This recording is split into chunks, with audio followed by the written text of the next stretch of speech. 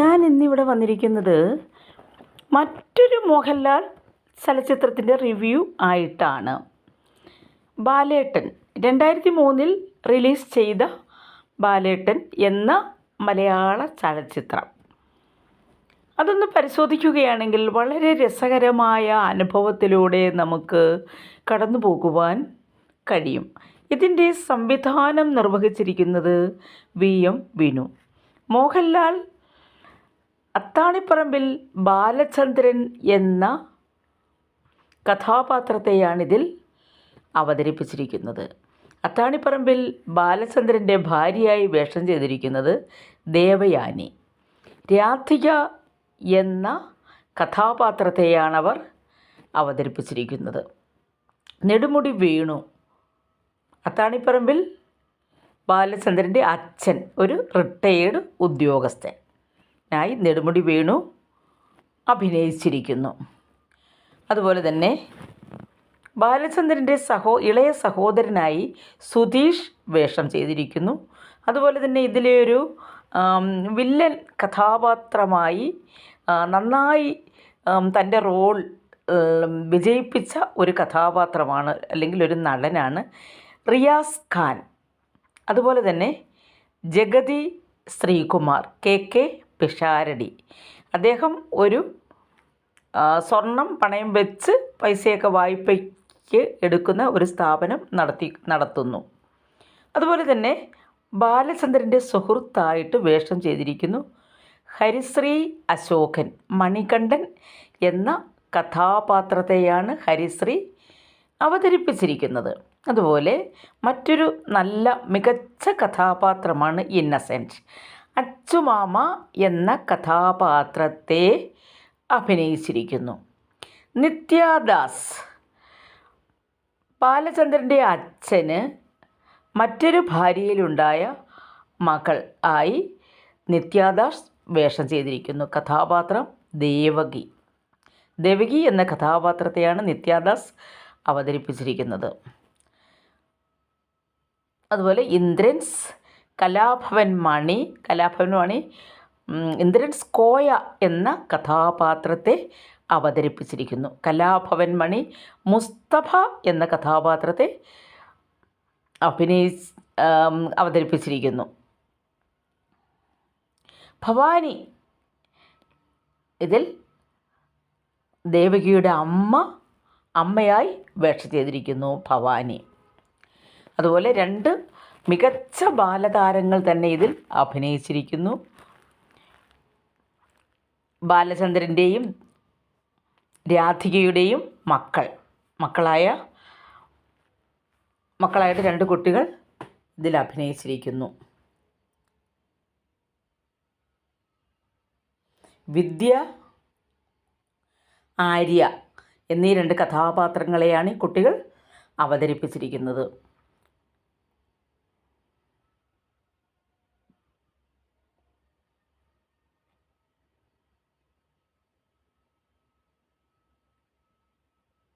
ഗോപിക അനിൽ, കീർത്തന അനിൽ എന്നീ 2 കുഞ്ഞു താരങ്ങൾ ഇതിൽ മനോഹരികളായിട്ട് വേഷം ചെയ്തിരിക്കുന്നു.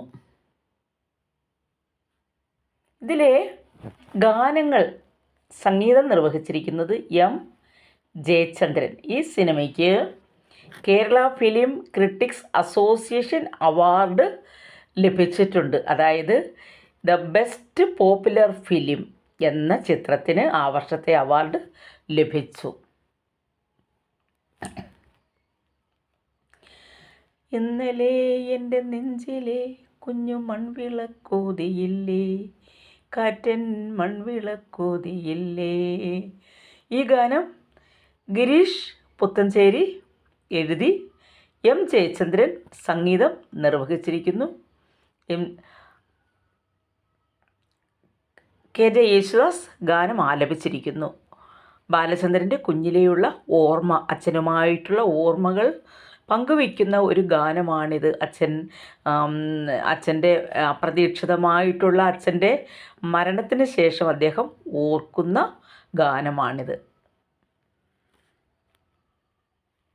അതുപോലെ തന്നെ ബാലേട്ട ബാലേട്ട എന്ന ഗാനം MG ശ്രീകുമാർ കോറസ് ആലപിച്ചിരിക്കുന്നു.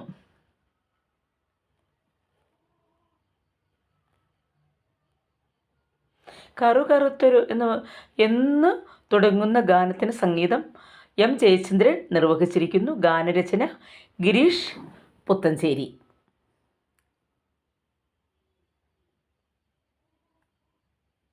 അതുപോലെ KS ചിത്ര, സുജാത മോഹൻ തുടങ്ങിയ ഗായകരും ഈ ചിത്രത്തിൽ ഗാനം ആലപിച്ചിരിക്കുന്നു.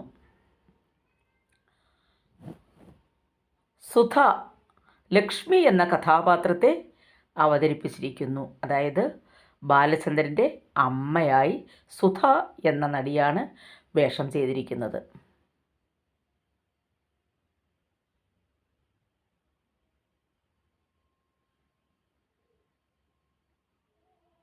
നന്ദു സുകുമാരൻ എന്ന കഥാപാത്രമായി വേഷം ചെയ്തിരിക്കുന്നു.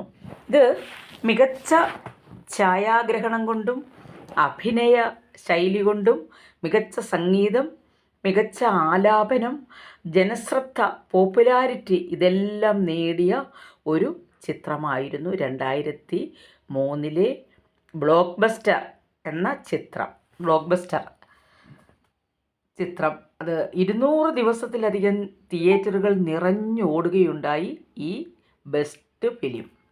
ഈ ചിത്രം മോഹൻലാലിൻ്റെ ഏത് ചിത്രം എടുത്താലും നമുക്ക് ബോറടിക്കത്തില്ല. എല്ലാ ചിത്രവും ഒന്നിനൊന്നിനും മികച്ചതാണ്. അതിലൊന്ന് മാത്രമാണ് ബാലേട്ടൻ. ഇതിൽ നല്ല നർമ്മം, കോമഡി, സസ്പെൻസ് എല്ലാം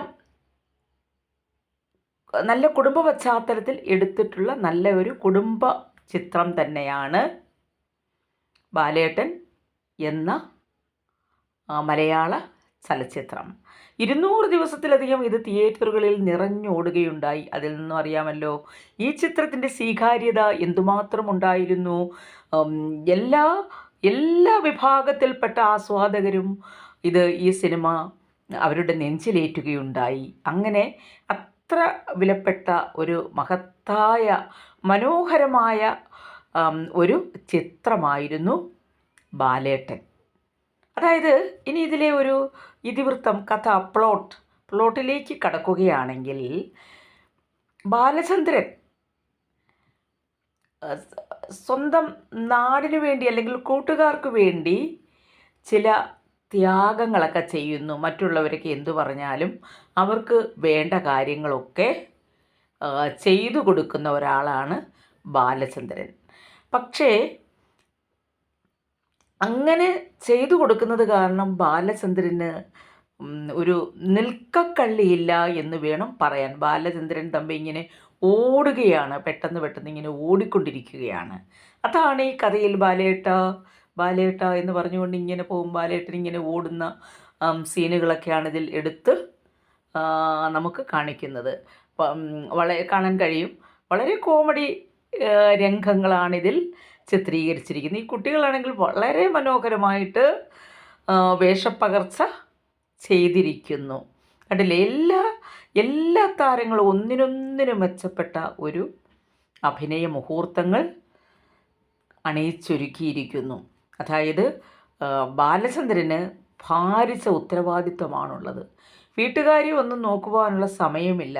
സുഹൃത്തുക്കൾക്ക്, അവരുടെ വീട്ടിലെ മറ്റ് കാര്യങ്ങൾ, ഇതിനെല്ലാം ബാലചന്ദ്രനെയാണ് എല്ലാവരും വിളിക്കുന്നത്. എല്ലാവരെയും സഹായിക്കുന്ന ഒരു വ്യക്തിയായിട്ടാണ് നമുക്ക് കാണുവാൻ സാധിക്കുന്നത്.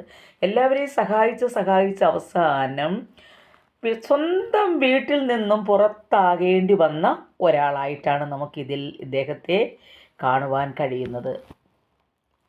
അപ്പം ഇതിനകത്ത് മറ്റൊരു രംഗമുണ്ട്. ബാലചന്ദ്രൻ ഒരാളെ സഹായിക്കുന്നതിന് വേണ്ടി സ്വർണ്ണ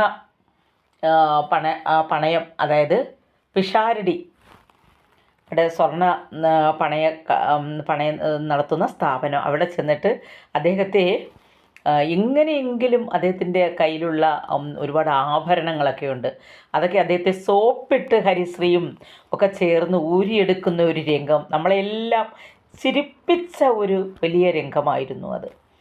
അപ്പോൾ അങ്ങനെ ഊരിയെടുത്ത് കൊണ്ടുപോയി അദ്ദേഹത്തിൻ്റെ കടയിൽ തന്നെ അത് പണയം വെച്ച് ആ പൈസ മറ്റ് സുഹൃത്തുക്കളുടെയൊക്കെ ആവശ്യത്തിന് വേണ്ടി ചിലവഴിക്കുന്ന ആളാണ് ഈ ബാലചന്ദ്രൻ.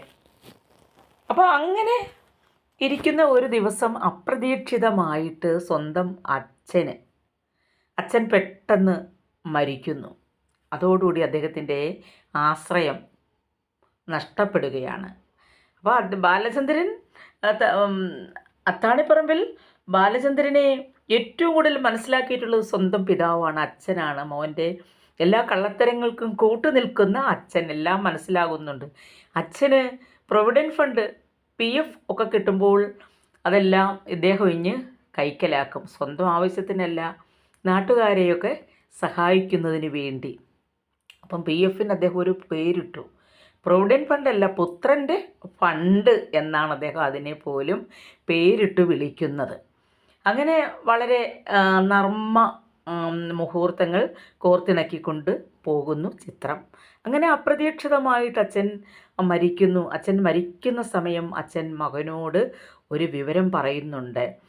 മകനെ, തട്ടിൻ്റെ പുറത്ത് ഒരു പെട്ടി ഇരിപ്പുണ്ട്, മോൻ അതെടുത്ത് നോക്കണം എന്ന് പറഞ്ഞ് അച്ഛൻ മരിക്കുകയാണ് ചെയ്യുന്നത്. അച്ഛൻ്റെ മരണമൊക്കെ കഴിഞ്ഞ് അദ്ദേഹം തട്ടിൻ പുറത്ത് നോക്കുമ്പോഴാണ് അച്ഛൻ്റെ ഒരു രഹസ്യം ഇദ്ദേഹത്തിന് പിടികിട്ടുന്നത്. അതായത് അച്ഛന് അപ്രതീക്ഷിതമായിട്ട് മറ്റൊരു സ്ത്രീയെ വിവാഹം കഴിക്കേണ്ടതായിട്ട് വരുന്നു. ആ സ്ത്രീയിൽ 2 കുട്ടികൾ അദ്ദേഹത്തിനുണ്ട്. അപ്പോൾ അവരെ ഇദ്ദേഹം ബാലചന്ദ്രൻ പോയി കാണുകയും അവരുടെ ഉത്തരവാദിത്വം ഏറ്റെടുക്കുകയും ചെയ്യുന്നു. ഇതൊന്നും ഇഷ്ടപ്പെടാത്ത ഒരാളാണ് അതിലെ വില്ലനായിട്ട് രംഗപ്രവേശം ചെയ്യുന്നത്. അതായത് റിയാസ് ഖാനാണ് അവിടെ ആ കഥാപാത്രമായി വേഷമിടുന്നത്. അപ്പോൾ അവർ തമ്മിലുള്ള ചില തർക്കങ്ങൾ, സംഘട്ടനങ്ങളൊക്കെയാണ് നമുക്ക് കാണുവാൻ സാധിക്കുന്നത്, അല്ലേ?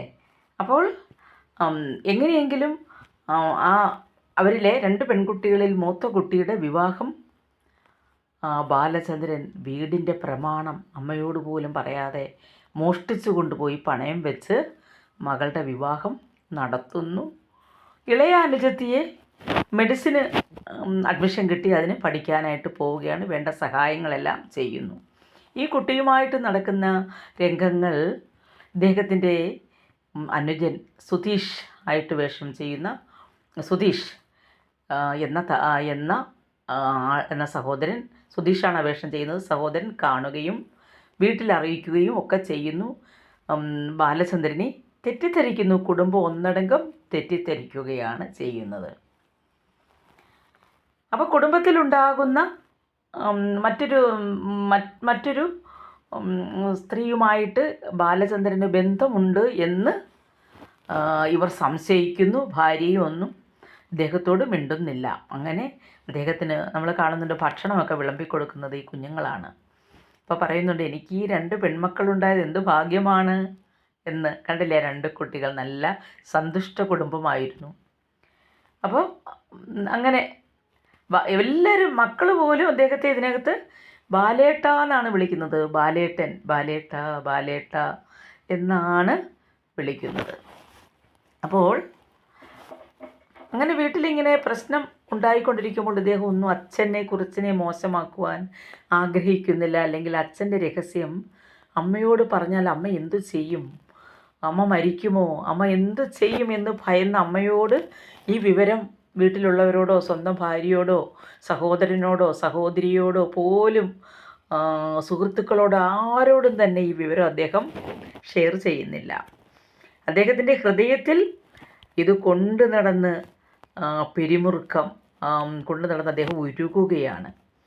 അങ്ങനെയിരിക്കെ ഒരു സന്ദർഭത്തിലാണ് അദ്ദേഹത്തിൻ്റെ സഹോദരി ദേവകി, നിത്യാദാസാണ് ദേവകിയായി വേഷം ചെയ്തിരിക്കുന്നത്. നല്ല മനോഹരമായി ഒരു നാടൻ പെൺകുട്ടിയായി ഈ കുട്ടി വേഷം ചെയ്തിരിക്കുന്നു.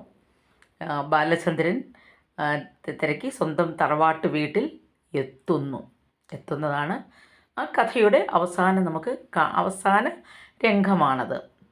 എത്തുമ്പോൾ അനുജൻ, ഇവളാണ് അദ്ദേഹത്തിൻ്റെ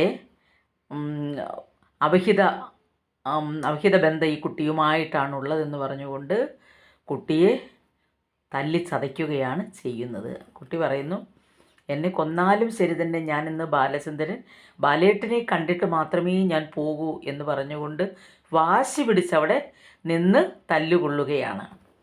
അപ്പോഴാണ് ഇതറിഞ്ഞുകൊണ്ടാണ് ബാലചന്ദ്രൻ ഓടി വരുന്നത്. ഇവളെ നീ തല്ലരുത് എന്ന് പറഞ്ഞ് അവളെ ഇങ്ങനെ ചേർത്ത് അദ്ദേഹം പിടിക്കുന്നു. അപ്പോൾ വീട്ടുകാരെല്ലാം അദ്ദേഹത്തിന് എതിരാവുകയും സ്വന്തം ഭാര്യയും മക്കളും വീട് വിട്ടു പോവുകയും ഒക്കെ ചെയ്യുന്നു. വീട് വിട്ടിറങ്ങുകയാണ്. അപ്പോൾ പോലും അദ്ദേഹം അവരെ തടയുന്നില്ല. കാരണം ഇദ്ദേഹത്തിനൊന്നും പറയുവാൻ സാധിക്കുന്നില്ല. അങ്ങനെ ഒരു രംഗമാണുള്ളത്. അത് മാത്രമല്ല, ഇവർക്ക് വേണ്ടി അപ്പോഴറിയുവാൻ കഴിഞ്ഞു ഇവർക്ക് വേണ്ടി വീട് പണയപ്പെടുത്തിയതും ഒക്കെ. അങ്ങനെ ഇരിക്കുന്ന സമയത്താണ് സ്വന്തം പണ്ട് സഹായിച്ച ഒരു കൂട്ടുകാരൻ മുസ്തഫ ദൈവത്തിൻ്റെ രൂപത്തിൽ അവിടേക്ക് വരികയും ബാലേട്ടന് എന്തു വേണം, എന്നെ ബാലേട്ടനാണ് ഗൾഫിൽ അയച്ചത്, കലാഭവൻ മണിയാണ് ഈ രംഗം ചെയ്തിരിക്കുന്നത്.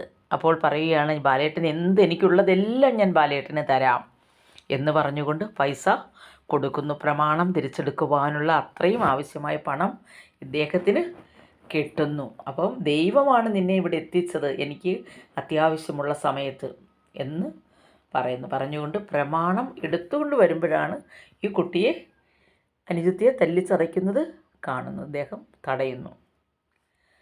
അങ്ങനെ ഇരിക്കുമ്പോഴാണ് ഈ പ്രശ്നമൊക്കെ ഇങ്ങനെ ഉണ്ടാകുമ്പോഴാണ് ഇന്നസെൻ്റ് അച്ചുമാമയ്ക്ക് ഈ രഹസ്യങ്ങളെല്ലാം അറിയാം. ബാലചന്ദ്രൻ്റെ അച്ഛനെ സംബന്ധിച്ചുള്ള രഹസ്യ കാര്യങ്ങളെല്ലാം അറിയാവുന്ന ഏകയാളാണ് അച്ചുമാമ ഓടി വരികയാണ് ഇവരെ ഈ പ്രശ്നത്തിൽ നിന്നും തടയുവാൻ വേണ്ടി. ഉടനെ ബാലചന്ദ്രൻ അദ്ദേഹത്തോട് എതിർക്കുന്നു. അച്ചുമാമയ്ക്ക് എന്താ ഇവിടെ കാര്യം, അച്ചുമാമയൊന്നും മിണ്ടണ്ട എന്ന് പറയുന്നു. പക്ഷേ അദ്ദേഹം പറയുകയാണ്, ഞാൻ എല്ലാം പറയും, നീ ഇത്രയും ദുഃഖിക്കുന്നത് എന്തിനാണ്, ഒന്നും നീ വിട്ടു പറയുന്നില്ലല്ലോ, അതിനാൽ ഞാൻ നിന്നെ സംബന്ധിച്ചുള്ള എല്ലാ കാര്യവും പറയും എന്ന് പറഞ്ഞുകൊണ്ട് അദ്ദേഹം ഉള്ള കാര്യം ഇവരെല്ലാം അറിയിക്കുന്നുണ്ട്. ഇവരെല്ലാം അതിനെ ചൊല്ലി വിഷമിക്കുകയൊക്കെ ചെയ്താണ് കഥയുടെ അവസാനിക്കുന്നത്. കഥയുടെ രത്നച്ചുരുക്കമാണ് ഞാനിവിടെ ഈ പറഞ്ഞത്. അപ്പോൾ അനുജന് പ്രമാണം തിരിച്ചെടുത്ത് അദ്ദേഹം ബാലചന്ദ്രൻ കൊടുക്കുകയാണ്. ഇനി ഇതിനെല്ലാം അവകാശി നീയാണ്, ഞാനിനി ഒന്നിലും ഇടപെടുന്നില്ല എന്നൊക്കെ പറഞ്ഞുകൊണ്ട് സ്വന്തം അനുജന് ഇതെല്ലാം ഏൽപ്പിക്കുന്നു. അപ്പോൾ എല്ലാവർക്കും ഇദ്ദേഹത്തെ ചൊല്ലി വളരെ വിഷമമുണ്ടാകുന്നു. എന്തുകൊണ്ടും എപ്പോഴും നമുക്ക് സമയം കിട്ടുമ്പോഴൊക്കെ ഈ ഫിലിം ഒന്ന് കണ്ടിരുന്നാൽ വളരെ രസകരമായിരിക്കും.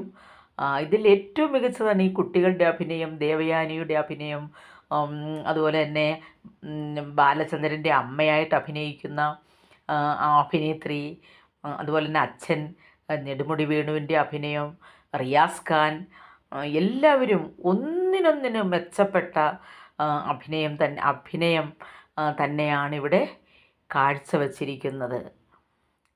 ബാലേട്ടനായിട്ട് അതുപോലെ തന്നെ ജഗതി ശ്രീകുമാറിൻ്റെ അഭിനയം വളരെ അദ്ദേഹത്തിന് പകരം സ്വർണം മുക്കുപണ്ടം ഇട്ട് കൊടുക്കുന്ന രംഗമുണ്ട്. അത് അദ്ദേഹത്തിൻ്റെ ദേഹം ചൊറിയുന്നു.